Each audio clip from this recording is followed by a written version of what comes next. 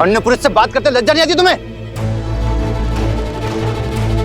घर चलो, आज तुम्हें ज्ञात होगा कब किससे और कैसे बात करनी चाहिए। जोस्तासी!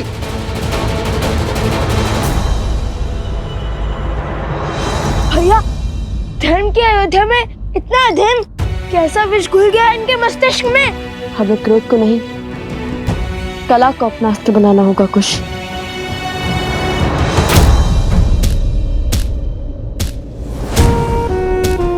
भैया, वो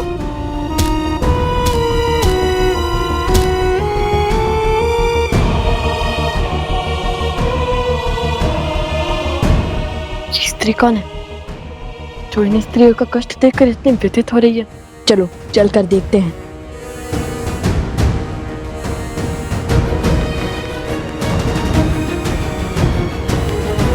अशुभ है बड़ी बहू के साथ पूजा करना। बड़ी बहू, तुम पूजा से उठ जाओ। तुमने केवल बेटियां ही जन्मी हैं। छोटी बहू को केवल पूजा करने दो। वो शुभता की प्रतीक है। उसने श्री राम लक्ष्मण जैसे पुत्र को जन्म दिया है।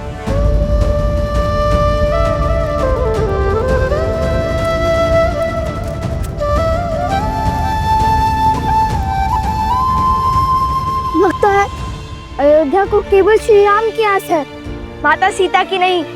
पुत्र में राम कहाँ से देखेंगे जब तक पुत्री में सीता नहीं देखेंगे?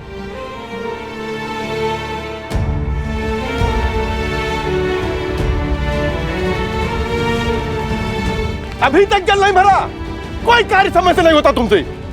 मैं पूरा दिन खेतों में बैलों की भांति जुटता रहता हूँ। तुम सारा दिन सखियों के साथ बैठी बतियाती रहती हो। गृह कार्य भी ठीक से नहीं होता तुमसे। शीघ्र चलो, सूर्यास्त होने को है। हाँ, यदि मेरे पति ने मुझे सूर्यास्त के बाद घर से बाहर देखा तो अनर्थ हो जाएगा। महारानी सीता के त्याग के पश्चात सोचा था परिस्थिति बदल जाएगी, किंतु सब विपरीत ही हो गया है। चलो।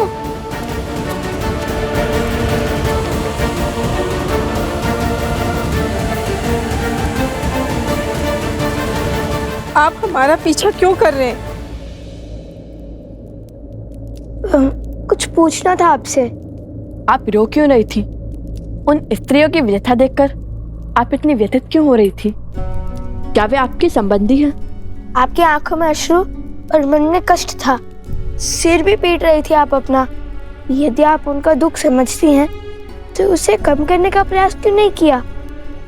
आपका पीछा करते हुए जब अयोध्या की गलियों से निकले तो अयोध्या के घरों की कहानी पता चली। हे देवी, कृपया करके अपना परिचय दीजिए, अपने पीड़ा का कारण भी बताइए।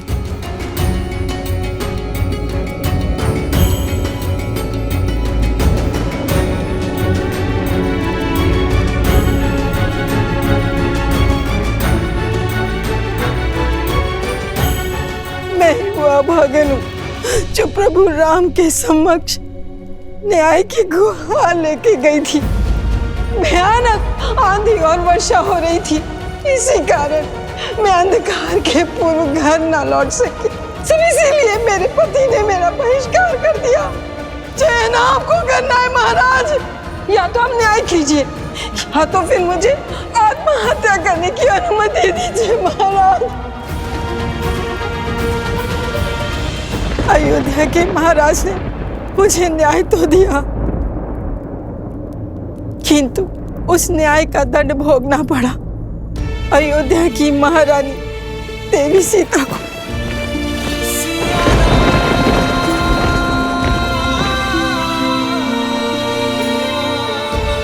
लोकापात के श्राप ने अयोध्या के हर घर को ढस लिया। मैं वो पापन हूँ जिसके कारण इस समाज ने सीता और राम को भिन्न किया। मैं ही वो पापनी हूँ, इस अधर्म की उत्तरदायिनी हूँ। मैं तो स्वयं को मार के इस पीड़ा से मुक्त भी नहीं हो सकती, क्योंकि मैं एक माँ हूँ। और अगर मैं मर गई तो मेरे बाद मेरे संतानों को कौन संभालेगा? कौन संभालेगा? कौन संभालेगा? हमारी अयोध्या पहले ऐसी नहीं थी, फिर न जाने कैसे प्रजा की सोच इतनी मलिन हो गई। श्री राम अयोध्या के राजा हैं कि यदि वो चाहे तो एक आदेश पर क्षण भर में सब कुछ ठीक हो सकता है। भला उन्हें कौन रोकेगा? पर वो भी इस वियोग को सह रहे हैं क्योंकि वो मर्यादा पुरुषोत्तम है जो अपनी सोच दूसरे पर आदेश के रूप में नहीं थोपना चाहते। वो चाहते हैं कि स्वयं की अनुभव से अयोध्या की प्रजा की सोच बदले, पर ना जाने ये कब संभव होगा, ये कब संभव होगा।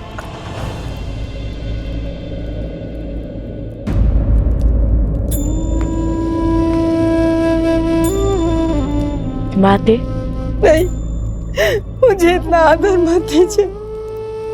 मैं केवल एक वस्ताखोर ऋषि कुमार हूँ। केवल मुख से माता ही नहीं कहा है, अपितु आपको मन से भी माता ही माना है हमने। और हम अपनी माता का रोते हुए नहीं देख सकते। जो पीड़ा का दंश आप झेल रही हैं, वो हमें भी कचोट रहा है। हम भी देवी सीता और श्री राम की मिलन के अभिलाषी हैं, और हमारा मार्ग ना युद्ध का है और ना द्वंद का। न्याय के लिए अन्याय को मिटाना होगा। अयोध्या वासियों को स्त्री के सम्मान का महत्व समझाना होगा। उनके मन को पुनः पवित्र करना होगा। आप यहीं रुकिए, हम अभी आते हैं। कहीं जाइएगा नहीं।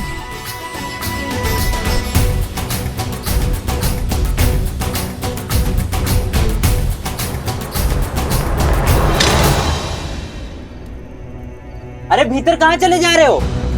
श्री राम से मिलने। और हम तुम्हें जाने देंगे?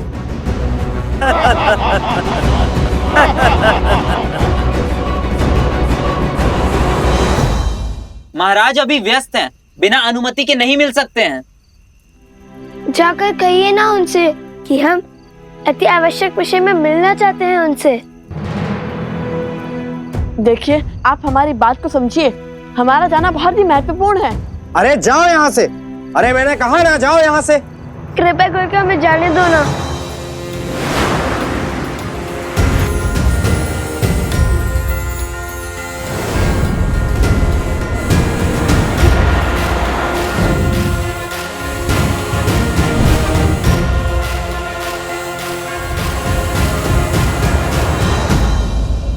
क्या हुआ? हनुमान जी, हमें इसी क्षण प्रभु श्री राम से मिलना है। और इस समय यदि कोई है जो हमें श्री राम के पास ले जा सकता है तो वो केवल आप हैं। बात वचन की है हनुमान जी, किसी को लौटाने का वचन देकर आए हैं हम। सहायता कीजिए ना हनुमान जी।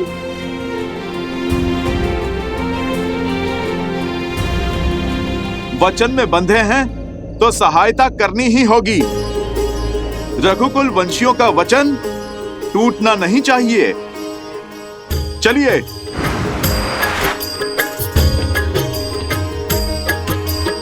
जय श्री राम।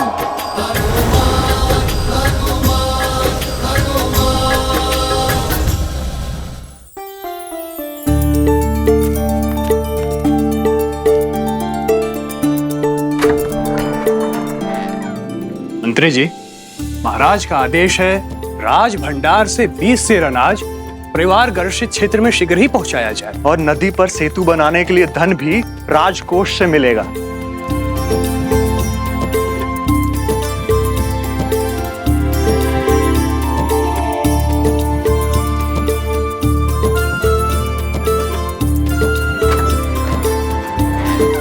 अद्भुत। इतने बड़े कौशल राज के महाराजा होने के बाद भी सूर्यास्त के पश्चात वे कार्य कर रहे हैं। पिता किसके हैं?